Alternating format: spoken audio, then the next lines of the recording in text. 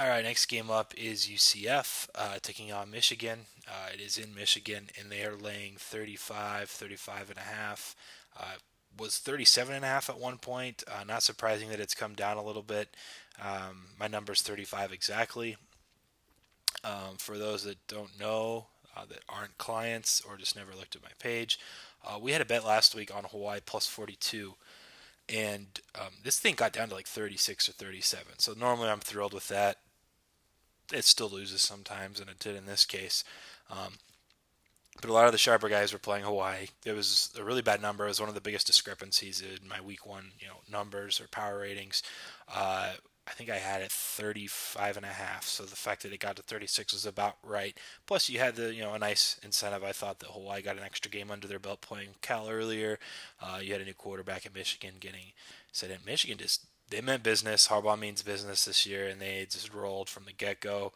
Uh, Never really, really had hope. I mean, Hawaii had a chance at the end of the first half to kick a field goal or score a touchdown. They elected to kick a field goal with a few seconds left, but then committed a penalty, which runs 10 seconds off the clock, and then it actually ended the half, so then they didn't even get to kick. So they were being shut out at half, and I mean, that was it. That was their one hope to maybe get on the board. They were still within the number at that point, and maybe it would have led to something better. Second half wasn't the case.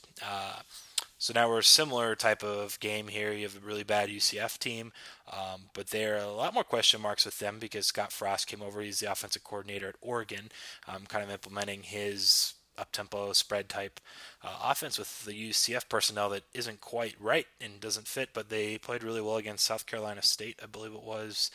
38-0 comes to mind. Don't have it in front of me, but maybe they're a team that is to be reckoned with. I know they covered the spread was like 21-22, so if 38-0 was correct, they covered it with ease. There might have been some money here on UCF early. Like I said, it was 37 and a half. Trying to maybe it's just fading Michigan. And the problem is with Michigan is they're probably the most bet on team at most books preseason to win it all, which basically implies they're going to be a public team all the time. 42 was a very inflated number. It obviously won for the people that were laying that big of a number, but everyone else that does this knew it was a bit too big and bet the plus 42s down to 36, 37. Here we are again, probably a similar thing, 37 and a half down to 35. Don't know if it'll come much lower because I think 35 is actually a fine number. So, but in this case, a little less extreme, but moving 2.5 points is still significant enough. So Michigan's going to be bet against pretty often. So the tip here for this is generally if you actually do like Michigan, I think more often this season, guaranteed almost, you'll be able to wait until close to kick and get a better number versus laying it early in the week when it's probably a little bit inflated because books know just in general that people like Michigan, they're going to bet any number they see. So if you do like Michigan, wait. It'll come down in most weeks versus what you're seeing on a Wednesday or Thursday. In this case, I think 35 is about as low as it'll get. It might come down maybe another half or something, but yeah, in this case, I'm passing because it's right where I have it, and the total's too tough for me to really make a judge on yet because you have maybe the best defense in the country going against a guy who's going to try to run a lot of plays and run an Oregon offense with, a personality doesn't really fit yet.